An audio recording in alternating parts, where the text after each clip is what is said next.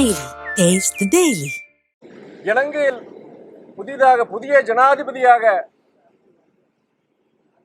அனுரகுமார திசாநாயகா என்பவர் பதவியேற்றிருக்கின்றார். ஜனதா விமுக்தி பெருமனா என்ற இயக்கத்தின் தலைவர் ஆவார். கடந்த காலங்களில் மற்ற சிங்கள கட்சிகளைப் போல தமிழர்களுக்கு எதிராக ஒரு செயல்பட்ட இயக்கம் என்றாலும் அவர் இன்று பதவியேற்ற பிறகு இன மதங்களுக்கு அப்பாற்பட்டு இலங்கையில் உள்ள அனைத்து மக்களுக்காக செயல்படும் உழைக்கும் ஒரு அரசாங்கத்தை தருவேன் என்று ஒரு புதிய நம்பிக்கையை விதைத்துள்ளார். இலங்கையின் புதிய ஜனாதிபதி அவர்களுக்கு எங்கள் இயக்கத்தின் சார்பாக வாழ்த்துக்களை நாங்கள் தெரிவித்துக் கொள்கிறோம். அதே வேளையில் அவருடைய அந்த சித்தாந்தம், புதிய சித்தாந்தம், சிங்களவர்கள், தமிழர்கள், இந்துக்கள், இஸ்லாமியர்கள், புத்தர்கள் அனைவருக்குமான ஆட்சியாக இந்த ஆட்சி இருக்கும் என்ற ஒரு நம்பிக்கையை அவர் விதைத்திருக்கின்றார். அந்த நம்பிக்கைக்கு ஏற்ப, அந்த மக்களின் நம்பிக்கைக்கு ஏற்ப அவர் அங்கே இலங்கையில் வாழும் ஈழத்தமிழர்களுக்காக கிட்டத்தட்ட 50-60 ஆண்டுகளாக அவருடைய அடிப்படை உரிமைகளுக்காக போராடும் அந்த ஈழத்தமிழர்களுக்காக அந்த உரிமைகளை பெற்றிட, தன்மானத்துடன் அவர்கள் வாழ்ந்திட இந்த புதிய அரசாங்கம் இருக்க வேண்டும் என்று தமிழர்களின் சார்பில், எங்கள் இயக்கத்தின் சார்பில் நான் வேண்டுகோள் விடுக்கின்றேன். அவர் ஒரு இளைஞர், ஒரு புதிய நம்பிக்கை. இலங்கையில் உள்ள பழைய கட்சிகளெல்லாம் புறம் தள்ளிவிட்டு ஒரு புதிய ஒரு சக்தியாக அவர் இங்கே உருவெடுத்திருக்கின்றார்.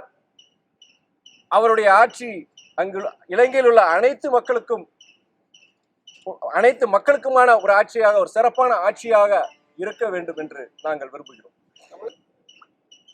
சமக்ர சிக்ஷா அபியான் என்ற அந்த ஒன்றிய அரசு திட்டம், அந்த திட்டத்தின்படி இந்தியாவில் உள்ள அனைத்து மாநிலங்களுக்கு உண்டான அந்த பள்ளிக்கல்வித்துறைக்கான நிதியை அவர்கள் வழங்குவார்கள். நமது தமிழ்நாட்டில் சென்ற ஆண்டு கிட்டத்தட்ட 249 கோடி வரவில்லை.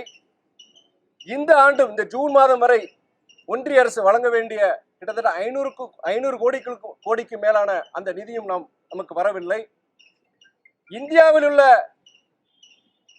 அனைத்து மாநிலங்களை விட பள்ளி கல்வித்துறையில் தமிழகம் சிறந்து விளங்குகின்றது. புதுமை பெண், தமிழ் புதல்வன், காலை உணவு திட்டம், கிட்டத்தட்ட 28,000 அரசு பள்ளிகளில் ஸ்மார்ட் வகுப்பறைகள் போன்ற இந்த சிறப்பான திட்டங்களால், எங்களுடைய முதலமைச்சர் அண்ணன் தளபதி அவர்கள் வழிகாட்டுதலின்படி பல சிறப்பான திட்டங்களால் இன்று இந்தியாவிலேயே தமிழகம் பள்ளிக்கல்வித்துறையில் முதன்மை வகிக்கின்றது. நம்முடைய முதலமைச்சர் அண்ணன் தளபதி அவர்கள் இந்த சமக்ர சிக்ஷா அபியான் இந்த திட்டத்தின்படி நமக்கு வரவேண்டிய கிட்டத்தட்ட 800 கோடி, அது மட்டுமல்லாமல் சென்னை மெட்ரோ ரயில் அதன் 2ஆம் பாகம், அதன் திட்டத்தின் மதிப்பீடு கிட்டத்தட்ட 63,000 கோடி. இதுவரை தமிழக அரசு இந்த கடுமையான நிதி நெருக்கடியிலும் 22,000 கோடி தமிழக அரசு செலவு செய்துள்ளது. ஒன்றிய அரசின் பங்கு 0.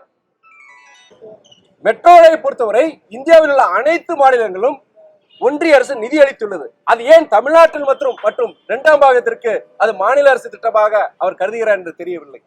அதனால் தொடர்ந்து ஒன்றிய அரசு, பாஜக அரசை பொறுத்தவரை தமிழகத்தில் ஒரு மாற்றாந்தான்மை மனப்பான்மையோடு தான் செயல்படுகின்றது என்பது இதுவே போதும்.